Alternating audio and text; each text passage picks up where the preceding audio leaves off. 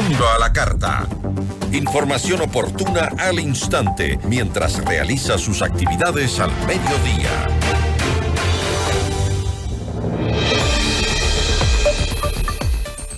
A pesar de las declaraciones del viceministro de Gobernabilidad, Esteban Torres, el Ministerio de la Mujer confirmó que esta institución no va a desaparecer. Sin embargo, adquiere una nueva competencia de manejo de la política criminal. ¿Pierden las mujeres y las poblaciones en condición de vulnerabilidad la poca institucionalidad que resta en el Estado? La entrevista a la carta, en diálogo directo con los protagonistas de los hechos. Nos acompaña a esta hora Bernarda Ordóñez, ella es exministra de la Mujer y Derechos Humanos. Bernarda, qué gusto, buenas tardes. Muy buenas tardes, Gisela, y un saludo afectuoso a la audiencia que nos escucha. Me gustaría hacer una precisión. Yo ejercí el cargo de secretaria de Derechos Humanos, no estuve en el periodo del Ministerio de la Mujer y Derechos Humanos. Sin embargo, llevamos, por supuesto, la rectoría del Sistema Nacional para prevenir y erradicar la violencia hacia las niñas y mujeres de este país. Muchísimas gracias, Bernarda, por la aclaración. Entiendo que después ese se convirtió en el Ministerio de la Mujer, ¿no es así? Le agradezco muchísimo por la aclaración. Ahora, esta inclusión de la política criminal en el Ministerio de la Mujer, pues ha desatado una serie de críticas por parte de los colectivos sociales. La Coalición Nacional de Mujeres de Ecuador criticó que con ese cambio se está destruyendo nuevamente la institucionalidad de las mujeres, misma que ha sido pues producto de nuestras luchas, dijo así la Coalición de Mujeres. Ahora, la ministra de la Mujer ha señalado que las competencias del ministerio se mantienen intactas, pero se añade esta nueva gestión, que es la de la política criminal. Pero le pregunto a usted, con su experiencia, ¿es la política criminal la misma materia que la gestión de los derechos humanos en el país?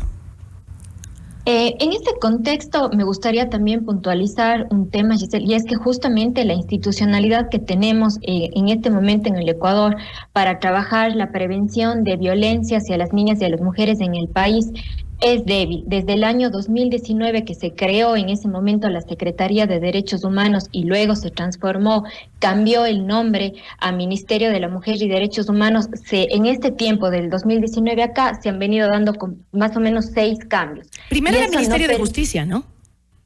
Sí, primero fue el Ministerio de Justicia, Derechos Humanos, luego fue el Ministerio de Justicia, Derechos Humanos y Cultos, y ahí le han ido agregando y quitando atribuciones en diferentes contextos, y eso impide que se tenga una institucionalidad. ¿Esto qué significa? Tener recursos económicos y tener presencia en territorio. La ministra ha confirmado hoy en la mañana que siguen con la estructura de secretaría, es decir, 3 coordinaciones zonales y 4 oficinas técnicas, y lo que abarca la política criminal, que es importante comprender que tiene 3 momentos, lo que es la prevención del delito en su fase primaria, secundaria, terciaria, lo que es la contención y control del delito, y aquí tiene que ver muchísimo las políticas penitenciarias, tanto de rehabilitación como post-penitenciarias, y finalmente tenemos ya lo que es la integración de todos estos actores. Entonces, derechos humanos efectivamente es un enfoque que tiene que estar de forma transversal y guiando a todas las políticas públicas. Sin embargo, la rectoría en este ministerio sería algo sumamente complicado.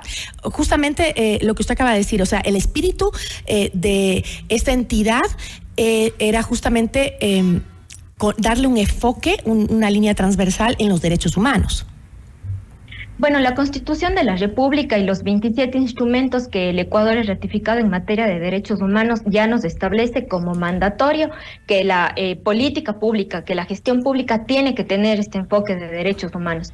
Sin embargo, me gustaría también contextualizar de dónde vienen estos cambios, y es justamente una ley que entró en vigencia tras una aprobación unánime en la Asamblea Nacional que crea muchísimas cosas. Para empezar, es una ley que reforma a varias otras leyes y crea este Consejo de Política Criminal, y ahí es donde se da este cambio y esta transformación al ente rector de derechos humanos. ¿Qué es lo que hizo la Asamblea?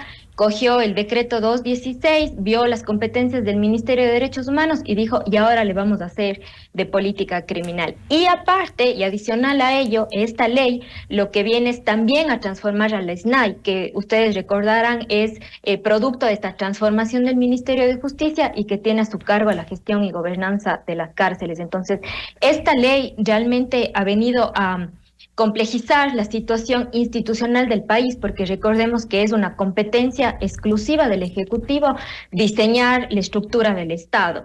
Y aquí vemos que estamos justamente siendo testigos de estas complicaciones, porque el Ejecutivo tiene que cumplir con lo que dice la Asamblea, pero esto es una ley, desde mi perspectiva, muy, muy cuestionable por algunos elementos que espero podamos seguir conversando en el desarrollo de esta entrevista. Claro que sí. Ahora, esta entidad que pasó a llamarse Ministerio de la Mujer, lo hizo en un contexto en el que el gobierno de Guillermo Lasso estaba justamente siendo muy criticado por la falta de políticas públicas para erradicar la violencia machista. Además, que el Ejecutivo se encontraba justamente muy golpeado por el femicidio de María Belén Bernal en la Escuela Superior de Policía.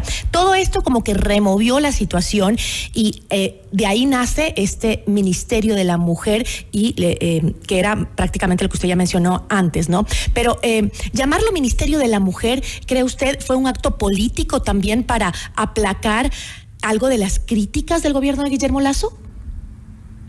Considero que fue totalmente un acto político porque literalmente el decreto, que me parece que es el 608 de noviembre del 2022, dice cambio el nombre.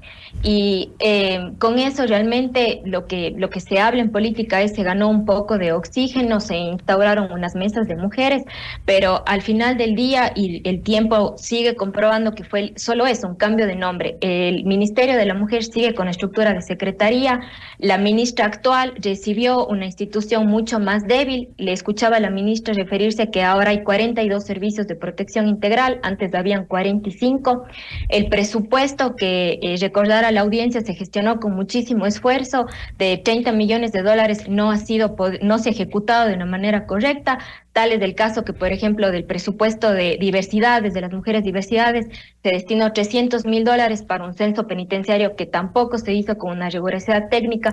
Entonces, sí, efectivamente se dio un tema político, un vaciamiento de las causas de las mujeres, que este es un tema muy profundo. El Ecuador es el tercer país más desigual de Sudamérica y es uno que tiene las tasas de femicidio más altas de la región.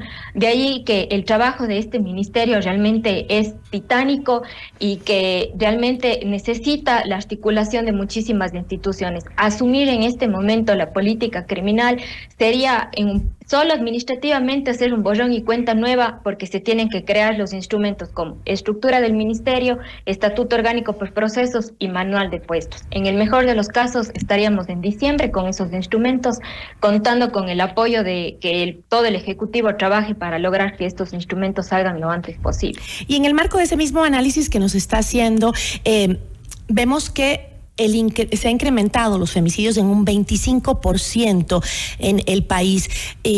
Pues esto podría haber sido, ¿no?, una muestra clara de que cambiarle el nombre a este ministerio no implica una mejor gestión de la política de lucha contra la violencia machista en el país. En ese sentido, me gustaría hacer énfasis a algo que siempre lo dije públicamente y ya hoy en día en mi faceta como investigadora y que me he desarrollado ya desde hace 8 años en este sentido, es que la primera causa de detenciones que se da en el país es justamente la violencia de género, con un 16.88%, y estamos hablando específicamente de violencia intrafamiliar. Luego tenemos lo que son los delitos relacionados a las drogas, ¿no? Entonces, este contexto de violencia se hace mucho más complicado con la violencia que estamos nosotros viviendo en el país, producto del crimen organizado. Yo analizaba datos desde el año 2019 como punto de partida que se creó esta institución ya específicamente con las competencias para trabajar la violencia de género. porque en esto también hay otro contexto. Entra también la ley de erradicación para prevenir la violencia que fue aprobada en la Asamblea Nacional. Entonces, con este contexto, desde el 2019 hasta el 2023, por primera vez se puede ver, por ejemplo, en el año 2022, que el femicidio subió en la parte urbana y justamente en la provincia de Pichincha, de donde nos está escuchando su audiencia y bueno, todo el país. Eso es algo que no había pasado en los 5 años que se analizaron los datos. Entonces, el contexto de violencia de género, de violencia hacia las mujeres, por supuesto que tiene que estar analizado en la política criminal, en la política de seguridad, en todas las políticas, porque las mujeres estamos en todos los espacios, no solo en un ministerio o en una área, sino tiene que ser transversal. Ahora, entonces, me imagino que la situación del ministerio va a ser peor, es decir, se va a ver mermada su capacidad de acción en el ámbito de erradicar la violencia contra la mujer, porque este ministerio también que se encarga de los derechos humanos de las mujeres o de la protección de las mujeres, digamos, también trabaja con esas poblaciones que son vulnerables, en condición de vulnerabilidad, más allá del trabajo que hace con las mujeres. Entonces, aún es más difícil el trabajo que tendrá a partir de hoy.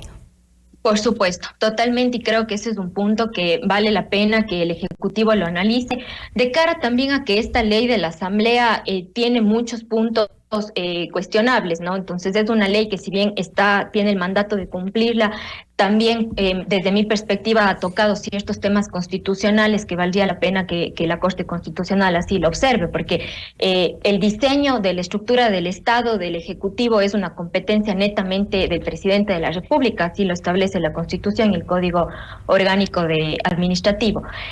¿Por qué creo que se va a debilitar aún mucho más la institucionalidad? Pensemos solo en el tema del talento humano.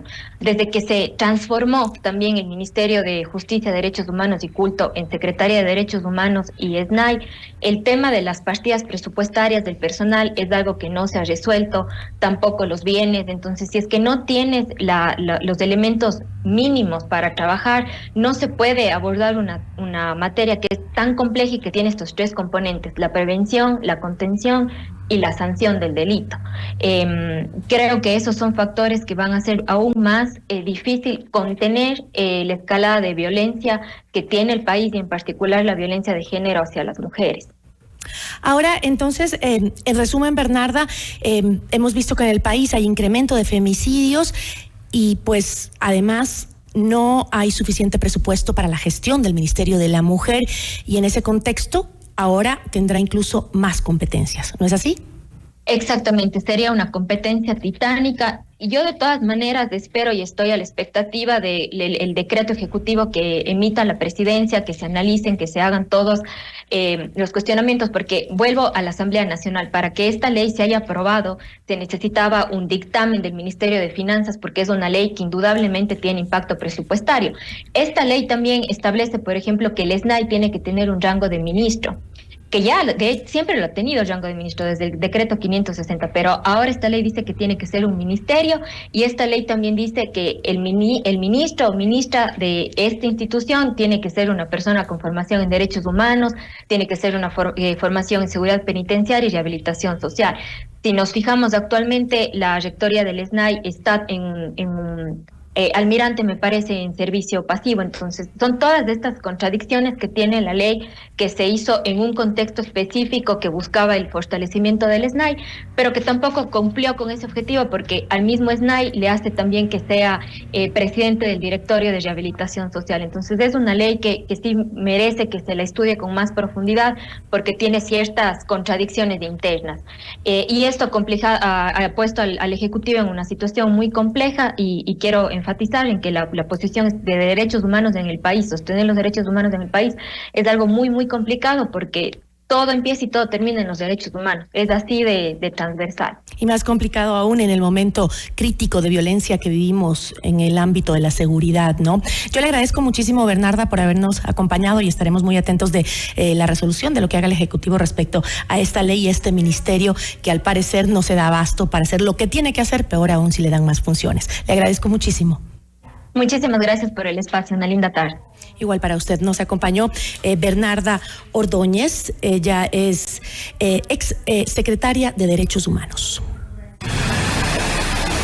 Notimundo a la carta.